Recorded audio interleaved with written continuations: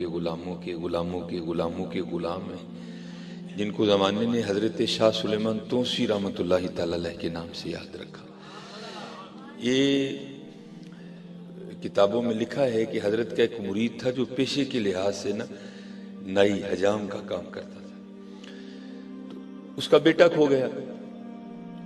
تو ابھی اتنا نظام فعال نہیں تھا، نہ مساجد میں اسپیکر لگے تھے، نہ پولیس کا نظام اتنا فعال تھا۔ پہلے اس نے خود ہی تلاش کیا، جب نہیں نہ ملا تو پھر آخری آپشن وہ اپنے پیر و مرشد کی بارگاہ میں حاضر ہوا اور آ کر عرض کی، حضور وہ بیٹا صبح کا گھر سے گیا ہے اور ابھی تک واپس نہیں لوٹا۔ کیونکہ حضرت یہ پیری مریدی کا ایک قاعدہ ہے کہ مرید وہ ہے جس کی اپنی مرضی نہیں، اور جو مرید مرضیاں کرنی نہیں نہ چھوڑتا، حضرت اس کا بنتا بھی کچھ نہیں، بنتا اسی کا کچھ ہے جو اپنی مرضیاں کرنی چھوڑ دیتا ہے۔ تو لکھا ہے کتاب میں کہ حضرت نے خاموشی اختیار کی، وہ بھی آگے سے نہیں بولا۔ اور میں اکثر جب احباب کو سناتا ہوں تو میں حیران جایا جاتا ہوں، یار ایسے بھی مرید ہو گزرے کہ 18 سال بیت گئے بیٹے کو کھوئے ہوئے، دوبارہ نہیں وہ بات زباں پہ لایا کہ حضرت بیٹا کھو گیا، بیٹا نہیں ملا، میں نے کہا بھی تھا، آپ بولے ہی نہیں، آگے سے نہیں بولا۔ کیونکہ میاں محمد بخش صاحب نے بڑی خوبصورت بات کہی تھی، آپ نے فرمایا، پیر اپنے دا کہنا منیے، جو آکھے سو کریے۔ پیر اپنے دا کہنا منیے، جو آکھے سو کریے، جس پانی وچ پیش نہ جائے، نہ وڑیے نہ مریے۔ ہاں حضرت، جو مان جاتا ہے وہ کچھ بن جاتا ہے، جو نہیں مانتا وہ رول جاتا ہے۔ تو 18 سال نہ اس کے بیٹے کو کھوئے ہوئے گزر گئے۔ جب بیٹا کھویا نا تو اس کی عمر 2 سال تھی، تو ظاہر ہے ہر سال وہ دن گھوم کے آتا تھا جس دن بیٹا کھویا تھا۔ تو 18 سال بعد وہی دن تھا، وہی گھڑی تھی، وہ اپنے گھر میں بیٹھا تھا، اور آپ کو پتا ہے وَعْلَمُوا أَنَّمَا أَمْوَالُكُمْ وَأَوْلَادُكُمْ فِتْنَةٌ وَاللَّهُ عِندَهُ أَجْرٌ عَظِيمٌ۔ کو بات ہوئی قبلہ شاہ صاحب کی، تو جو بیوی ہے نا وہ پھاٹی پڑی، وہ کہتی ہے مجھے نا اپنے پیروں کی اتنی باتیں سنایا کرو، میں تو شاہ صاحب کو اس دن مانوں گی جس دن میرا بیٹا ڈھونڈ کے دیں گے۔ اب پیر بھی نگاہ والا تھا حضرت، اس نے بھی دیکھ لیا جو مرید کی آزمائش کرنی تھی، مرید نے بھی 100 میں سے 100 ہی نمبر لیے، وہ بھیج کے نا بندہ بلا لیا، اس کو بتایا نہیں کچھ۔ یہ کتابوں میں لکھا ہے کہ مولا علی مشکل کشا رضی اللہ تعالیٰ عنہ آپ ٹنڈ کروایا کرتے تھے، اور پھر لکھا ہے اسی نسبت، اسی محبت کی وجہ سے حضرت شاہ سلیمان توسی رحمۃ اللہ تعالی علیہ بھی آپ بھی کبھی کبھی ٹنڈ کروایا کرتے تھے۔ تو آپ نے نا مرید کو بلا لیا، سر سے وہ پگڑی شریف اتار کے نا، تو اس کو کہتے ہیں یار میرے بال کافی بڑھ گئے ہیں، تو تو میری ٹنڈ نہیں کر دیتا؟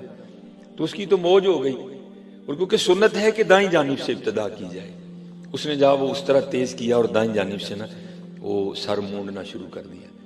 اب جو بیٹے کی جدائی کا زخم تھا نا، بیوی نے اس کو پہلے چھیل دیا تھا، اب اندر بیٹے کی اولاد کا ایک طوفان برپا تھا، پیر صاحب سامنے بیٹھے تھے، لیکن کیا کیا اس نے نا اپنی زبان کو اپنے دانتوں کے نیچے دے لیا کہ کہیں کوئی ایسی بات نہ نکل جائے کہ 18 سال کی محنت ہی رائے گا جائے۔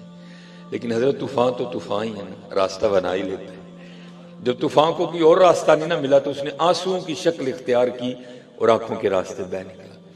تو لکھا ہے کہ اس وقت نا وہ حضرت کا آدھا سر مونڈ چکا تھا، دائیں جانب سے آدھا سر مونڈ چکا تھا، تو آنسوؤں کے قطرے نا شاہ صاحب کے سر کے اس حصے میں نہ بھی گرتے تو حضرت کو تو پھر بھی پتا تھا حضرت۔ تو جب وہ آنسوؤں کے قطرے گرے نا تو آپ نے وہ پیچھے دیکھا، تو دیکھا تو مرید رو رہا ہے، اسے پوچھتے ہیں اوئے نائی بابیا تم کیوں رونے ہیں؟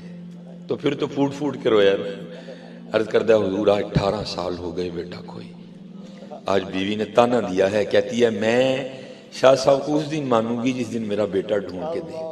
وہ مرید تھا نا حضرت، اور ساتھ رو کے کہتا ہے حضور یہ وہ کہہ رہی ہے، میں نہیں کہہ رہا۔ آپ فرمانے لگے اس نے کون سا روز روز کہنا ہے، جا تو گھر، تیرے جانے سے پہلے پہلے بیٹا آ چکا ہوگا۔ وہ عرض کرتا ہے حضور کسی آزمائش میں نہ ڈالیے گا، اگر اس نے اب آپ کی جناب میں کوئی بے ادبی کی تو میں گردن بھی توڑ دوں گا۔ فرمایا لوڑ ہی نہیں پڑے گی، تو جا۔ وہ بھاگا حضرت، وہ کتنا بھاگے گا حضرت؟